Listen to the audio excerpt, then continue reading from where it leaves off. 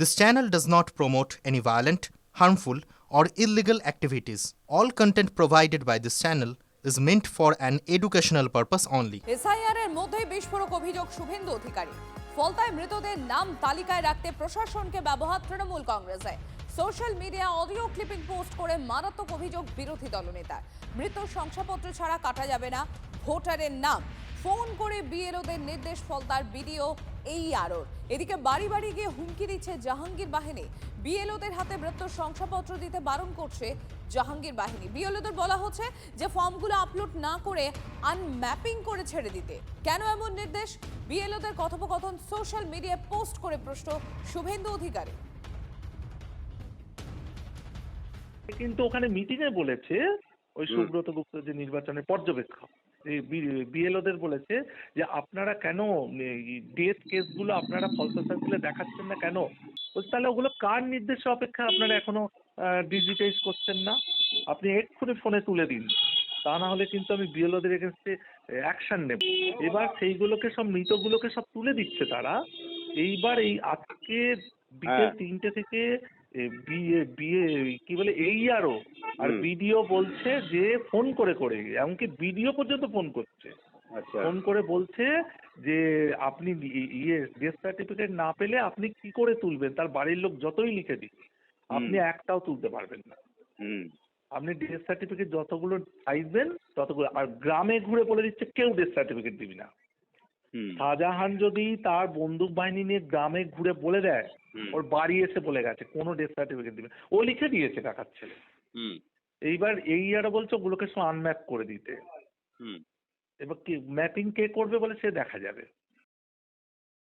ফলতাতে তো ওই আধিকারিকদের মিটিং করেছে, সে মিটিং করে বলেছে যে সমস্ত ডেথ কেসগুলো কেন হাতে রেখে দিয়েছেন তুলে দিন। ওরা কালকে থেকে বসেই সব তুলতে শুরু করেছিল বিএলওরা, বুঝেছো তো?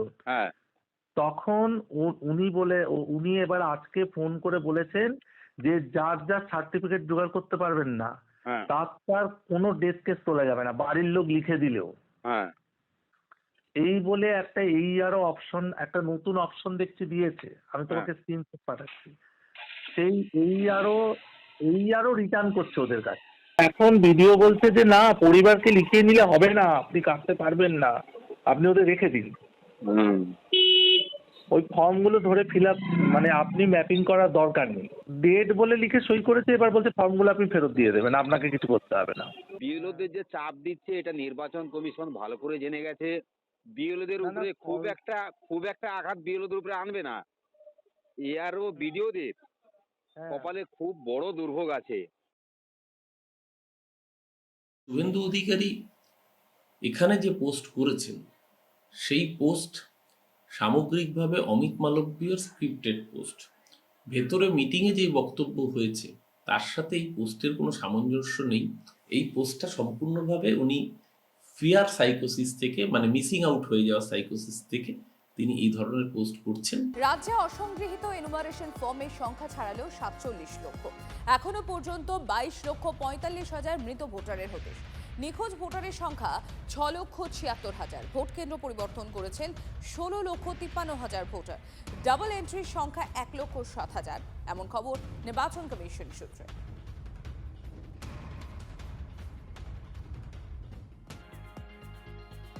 মৃত অসুস্থ বিএলওদের জন্য ক্ষতিপূরণ ঘোষণা মুখ্যমন্ত্রী। যে বিএলওরা মারা গিয়েছেন তাদের পরিবারকে 2 লক্ষ, অসুস্থদের 1 লক্ষ টাকা ক্ষতিপূরণ। এসআইআর আতঙ্কে যাদের মৃত্যুর অভিযোগ তাদের জন্য একই ক্ষতিপূরণের ঘোষণা। প্রতিটি মৃত্যুর তদন্ত দাবি বিরোধী দলনেতার। অনেক মানুষ মারা গেছে ইতিমধ্যেই, দুঃখে সুইসাইড করে এসআইআরে। তাদের জন্য আমরা পুরো সমবেদনা জানাই। আমার বিএলওরাও মারা গেছে। বিএলওদের প্রত্যেকটা পরিবার যারা মারা গেছে 2 লক্ষ টাকা করে অলরেডি 2টো পরিবারে দেওয়া হয়েছে, একটা বাকি আছে, যদি কেউ নিতে চায় দিয়ে দেবো। কারণ অনেকে আবার সম্মানের সাথে এটাকেও নিতেও চায় না, তারা যদি রাজি থাকে। আর যারা অসুস্থ হয়ে হসপিটালে ভর্তি আছে 1 লক্ষ টাকা করে দিয়ে দাও। আর একটা হচ্ছে এসআইআরে যারা মারা গেছে আইদার সুইসাইড অর ট্রমায় অর এখনও স্ট্রোকে ভর্তি আছে, 39 জন মারা গেছে এখনো পর্যন্ত যতটুকু আমার নলেজে আছে। 13 জন হসপিটালে সিরিয়াস আছে ইনক্লুডিং বিএলও, আর 3 জন হচ্ছে যারা সুইসাইড কমিট করতে গেছিল সিরিয়াস আছে। এদের সবাইকে, যারা মারা গেছে 2 লক্ষ টাকা করে, আর যারা আহত আছে 1 লক্ষ টাকা করে তাদের দিয়ে দাও, যাতে তাদের পরিবারগুলো অন্তত ভাবে যে সরকার দুর্দিনে তাদের পাশে আছে। আমরা যখন অ্যাক্সিডেন্টেও থাকি, দুর্যোগেও থাকি, দুরারোগেও থাকি, দুর্ভোগেও থাকি, তখন এটা আমাদের সামাজিক দায়িত্ব। নিরপেক্ষ তদন্ত দাবি করছি। কাদের চাপে মারা গেল? তৃণমূলের চাপে? মৃত অবৈধ ভুয়া ভোটার রাখার জন্য সবচেয়ে বেশি যদি কেউ চাপ দিয়ে থাকে, বিডিওরা চাপ দিয়েছে, তৃণমূলের নেতারা চাপ দিয়েছে। নিরপেক্ষ সংস্থাকে দিয়ে, সিটিং বিচারপতিকে দিয়ে তদন্ত করে কার চাপে যদি মারা যায়, সত্যি মিথ্যা আমি জানি না, এই সময়কালে কেউ অসুস্থ হয়েও মারা যেতে পারে। কোচবিহারে একজন দুর্ঘটনাতেও মারা গেছে, রোড অ্যাক্সিডেন্ট। আমি নিরপেক্ষ তদন্ত দাবি করছি। চাপ যদি কেউ দিয়ে থাকে, তৃণমূলের নেতারা দিয়েছে। চাপ যদি কেউ দিয়ে থাকে, দলদাস এক শ্রেণীর ভিডিও যারা ইআরও এইআরও আছেন তারা দিয়েছেন। ভারতীয় জনতা পার্টির সঙ্গে এর কোনো সম্পর্ক নেই। জাতীয় রাজনীতিতে একটা সময় তৃতীয় ফ্রন্ট দেখছে দেশবাসী। বাগাড়ম্বর অনেক শুনেছে, মতুয়াদের নিয়ে কি এবার 4th ফ্রন্ট? অধীর রঞ্জন চৌধুরীর কৌশলে মতুয়াদের একাংশ আলাদা হয়ে গেলেন, আলাদা মিছিল হলো, এমনকি নতুন সংগঠনও রাতারাতি গজিয়ে উঠবে। যার ভবিষ্যৎ কি তৃতীয় ফ্রন্টের মতোই হবে, নাকি হয়ে উঠতে চলেছে ফ্রন্ট লাইনার? ভোটমুখী বাংলায় মতুয়া ভোট নিয়ে অনেক সমীকরণ এখনো দেখা বাকি। দাবি এক, কিন্তু মিছিল আলাদা। খাস কলকাতায় অল্প সময়ের ব্যবধানে মতুয়াদের দুটি মিছিল।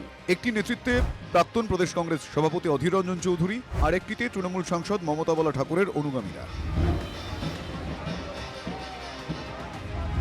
তৃণমূলের মতুয়া জমিতে নজর দিচ্ছে যে বাম কংগ্রেস, তা বেশ কিছুদিন ধরেই স্পষ্ট হচ্ছিল। দিন কয়েক আগে নিঃশর্ত নাগরিকত্বের দাবিতে মমতা বালাপন্থীদের অনশনে হাজির হন অধীর রঞ্জন চৌধুরী, সুজন চক্রবর্তীরা। আন্দোলন দিল্লিতে নিয়ে যাওয়ার জন্য বেশ কিছু পরামর্শও দেন বহরমপুরের প্রাক্তন কংগ্রেস সাংসদ। সূত্রের খবর, মমতাবালা গোষ্ঠীর একাংশের আমন্ত্রণে ঠাকুরনগরে গিয়েছিলেন অধীর। সেই গোষ্ঠীকে আলাদা করে নিয়ে সোমবার মিছিল করেন, অনেককে চমকে দিয়ে। অল ইন্ডিয়া মতুয়া সংঘ নামে একটি সংগঠনও তৈরি হয়েছে। অন্য কারো নয়, শুধু মতুয়া ঠাকুরবাড়ির প্রতিষ্ঠাতা তথা ধর্মগুরু প্রমথরঞ্জন ঠাকুরের ছবি দিয়ে তৈরি হয় অধীরপন্থী মতুয়াদের ব্যানার, যা দেখে রাজনীতির কারবারিদের কারো কারো প্রশ্ন, তবে কি হাতের জোরে মতুয়াদের নিয়ে চতুর্থ শক্তি আত্মপ্রকাশ করতে চলেছে? এখন প্রশ্ন হলো, অধীর চৌধুরীর সঙ্গে কোন মতুয়ারা হাঁটলেন, তারা কারা?